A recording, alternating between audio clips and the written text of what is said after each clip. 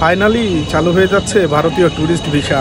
ভারত তাদের নতুন ইমিগ্রেশন বিল এনেছে, আর এই বিলে কিন্তু ভরে ভরে ট্যুরিস্ট ভিসা দিবে বাংলাদেশিদের জন্য। বন্ধুরা, এইরকম খবরে কিন্তু ইউটিউব এখন হচ্ছে মুখরোচক হয়ে গেছে। তো চলুন এই বিষয় নিয়ে বিস্তারিত আলোচনা করি। এখন আছি বেনাপোল, আর এটা হচ্ছে পিছনে বেনাপোলের লাইভ আপডেট। আর এই মুহূর্তে আপনারা দেখতে পাচ্ছেন বেনাপোল ইমিগ্রেশনের যে সামনে সেটা কিন্তু একদমই ফাঁকা। পাসপোর্ট প্যাসেঞ্জার নেই বললেই চলে, যা আছে দুই একটা মানুষ কিন্তু আসা যাওয়া করছে। তবে ভারত থেকে বাংলাদেশে আসার পরিমাণটা বেশি। এনারা ভারতে গিয়েছিল, ভারত থেকে ফিরছে, বা কিছু ভারতীয় মানুষ আসছে, কারণ ভারতীয়দের ভিসা রয়েছে, বাংলাদেশিদের কাছে কিন্তু ভারতীয় ভিসা নেই।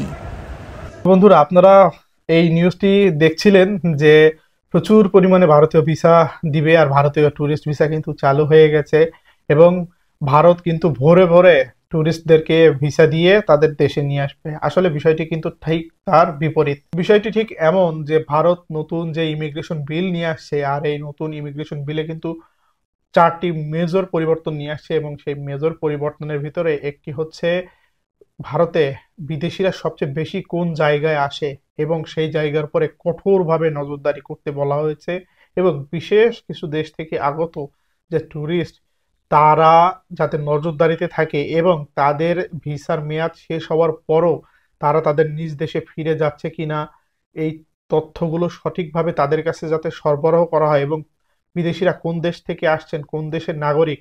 আগে তো শুধুমাত্র হোটেল বা হসপিটাল এইগুলোতে যাওয়ার পরে কিন্তু এফআরআরও রেজিস্ট্রেশন করা লাগতো, বা হোটেলগুলো কিন্তু সি ফর্ম পূরণ করে সেগুলো কিন্তু নিকটবর্তী যে থানাগুলো আছে সেই থানাগুলোতে দিয়ে আসতো ট্যুরিস্টদের ইনফরমেশন। এখন কিন্তু নতুন যে নিয়ম, এই নিয়মে বলা হচ্ছে যে ট্যুরিস্ট যদি কোনো আত্মীয়র বাড়িতেও যায়, আর আত্মীয় নিশ্চয়ই কানাডার মানুষ, আমেরিকার মানুষ, বা পৃথিবীর অন্যান্য দেশের মানুষ, ইউরোপের মানুষের তো আর আত্মীয়র বাড়ি নেই, মামা খালু চাচার বাড়ি তো আর ভারতে নেই। শুধুমাত্র এই বাংলাদেশ বা এর আশপাশে, ভারতের আশপাশে যে দেশগুলো আছে এদেরই আত্মীয় স্বজনের বাড়ি বাংলাদেশে রয়েছে, ভারতে রয়েছে, বিশেষ করে কিন্তু বাংলাদেশিদের কথা। তো এই সব বিষয়গুলো স্ট্রিক্টলি আর কি তারা কিন্তু দেখবে যে বাংলাদেশ থেকে যারা আসছে এরা কোথায় থাকছে, কার বাড়িতে যাচ্ছে, যে বাড়িওয়ালা। তারপরেও এখন নতুন করে কিন্তু একটা চাপ সৃষ্টি হচ্ছে যে যার বাড়িতে আসছে দেশিরা, তারা কারা, কোথা থেকে আসছে এবং কতদিন থাকবে, এই সব কিছু ইনফরমেশন কিন্তু নিকটবর্তী যে থানা সেখানে কিন্তু দিয়ে আসতে হবে। আগে কিন্তু এই নিয়মটি ছিল না, শুধুমাত্র হোটেল বা অন্যান্য কিছু ক্ষেত্রে ছিল। কিন্তু এখন আপনি কারোর বাড়িতে গেলে তারপরেও কিন্তু এটা একটা এক্সট্রা প্রেশার, তাকে ইনফরমেশন গুলো নিকটবর্তী থানায় প্রদান করতে হবে। তো ট্যুরিস্ট ভিসা ভরে ভরে দিবে, আসলে বিষয়টা এমন না, বরঞ্চ তাদের যে ট্যুরিস্ট নীতি সেটাতে তারা পরিবর্তন নিয়ে আসছে, এবং এই বিষয়টাকে তারা ভালোভাবে যাতে কন্ট্রোল করতে পারে। এবং একদিনের বেশি ওভারস্টে হয়ে গেলে বা 2 দিন বেশি ওভারস্টে হয়ে গেলে কিন্তু ছোট্ট একটা এফআরআরও রেজিস্ট্রেশন করে এক্সিট পারমিট নিয়ে ছোট্ট একটা জরিমানা দিয়ে কিন্তু চলে আসা যেত। কিন্তু এখন বিষয়টি কিন্তু তা না, আপনাকে 1 থেকে 7 লক্ষ টাকা পর্যন্ত জরিমানার বিধান থাকছে, এবং তার সাথে কিন্তু জেলও থাকছে। মানে আগে এগুলো অপরাধ হিসেবে দেখা হতো আগেও, কিন্তু জরিমানা বা শাস্তি ছিল খুবই নিম্ন বা ছোট। তো এখন কিন্তু বিষয়টা খুব বড় করে নির্ধারণ করা হচ্ছে। অতএব যারা আমাকে মেসেজ করছিলেন বা কিছু কিছু ভিডিওর লিংক আমার ভিডিওর কমেন্টে দিয়ে দিচ্ছিলেন যে ভাই, ভারতীয় ট্যুরিস্ট ভিসা চালু হয়ে যাচ্ছে, এই বিষয় কি আপনি জানেন, বা এই বিষয়গুলো নিয়ে আপনি কিছু একটা বলেন, তাদের জন্য আমার কথা হচ্ছে অতি সহসাই ভারতীয় ট্যুরিস্ট ভিসা চালু হবে না। আমি 2 বছর পরে কিন্তু 2টা ভিসা রিলেটেড ভিডিও দিয়েছিলাম এখান থেকে 10 দিন আগে, সেখানে আপনাদের ভালোই রেসপন্স দেখলাম, এবং অনেক মানুষ কিন্তু প্রশ্ন করেছিলেন। তো সেখানে কিন্তু আমি 2টা ভিডিওতেই আমি বলে দিয়েছি যে সহসা অতি শীঘ্রই ভারতীয় ট্যুরিস্ট ভিসা চালু হবে না। কিন্তু ইউটিউবে প্রচুর পরিমাণে ভিডিও কিন্তু আসছে, কেউ কেউ তো দেখলাম প্রতিদিন একটা করে ভারতীয় ট্যুরিস্ট ভিসা চালু হয়ে যাচ্ছে, আপনারা কেন যাচ্ছেন না, এই ধরনের ভিডিও কিন্তু রেগুলার আপডেট হচ্ছে বা আপলোড হচ্ছে। অনেকে বিভ্রান্ত হচ্ছেন, তবে যারা একটু চতুর আছেন বা সবকিছু বিষয়ে নলেজ রাখেন তারা কিন্তু এইসব বিষয়ে বিভ্রান্ত হচ্ছেন না রিসেন্টলি। তবে এখন কিন্তু ফেসবুকে অনেকগুলো গ্রুপ আছে ভারতীয় বাংলাদেশ ভিসা সংক্রান্ত, বা ভারত বাংলাদেশ যাতায়াত রিলেটেড, বর্ডার ইনফরমেশন রিলেটেড। তো একটু আপ টু ডেট থাকার চেষ্টা করবেন, ঠিক আছে? সব ইনফরমেশন সবসময় সত্য হয় না, সংবাদের আর্টিকেলগুলো পড়বেন বা ওয়েবসাইট থেকে যে আর্টিকেলগুলো আসে, এগুলো তো এখন ফ্রি, আপনারা চাইলেই দেখে নিতে পারবেন। আর সবচেয়ে বড় কথা হচ্ছে, ভারতীয় ট্যুরিস্ট ভিসা যদি চালু হয় তাহলে কিন্তু মেইন স্ট্রিম মিডিয়া যেগুলো আছে এগুলো কিন্তু সবচেয়ে আগে খবর প্রচার করবে এবং তারা কিন্তু লাইভ টেলিকাস্ট করবে। তো ভারতীয় ট্যুরিস্ট ভিসা যদি চালু হয়, এটা কিন্তু সর্বপ্রথম বাংলাদেশের যে নিউজ মিডিয়াগুলো আছে এবং ভারতের নিউজ মিডিয়াগুলো আছে সেখানে আসবে।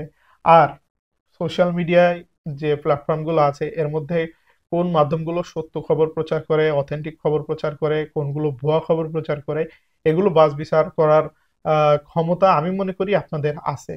ভারত আসলেই তাদের যে ইমিগ্রেশন প্রক্রিয়া এটাতে পরিবর্তন আনছে, ট্যুরিস্ট নীতিতে পরিবর্তন আনছে, সবকিছুই আনছে হচ্ছে তাদের দেশের নিরাপত্তার স্বার্থে এটি বলা হচ্ছে। তবে নির্দিষ্ট কিছু শ্রেণী, নির্দিষ্ট কিছু দেশের মানুষের জন্য কিন্তু ভারতে প্রবেশের যে প্রক্রিয়া, এই প্রক্রিয়াটি কঠিন হতে যাচ্ছে।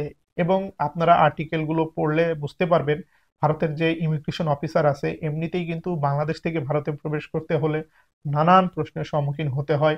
আপনাকে কিন্তু ইমিগ্রেশনেই ফর্ম পূরণ করতে হয়, কোথায় যাচ্ছেন, কার বাসায় যাচ্ছেন, কোন হোটেলে যাচ্ছেন, তার নাম্বার, এই সব কিছু তো আগে থেকেই ছিল।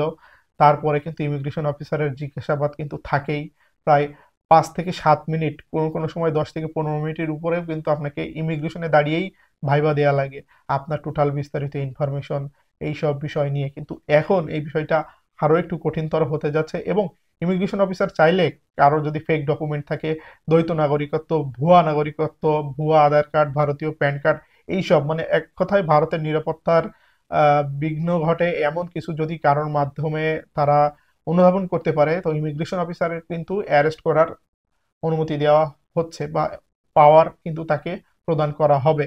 তো এর ফলে কিন্তু ইমিগ্রেশন প্রক্রিয়াটা কঠিন হবে সকলের জন্যই, বিশেষ করে বাংলাদেশ থেকে ভারতে যারা যাবেন তাদের জন্য।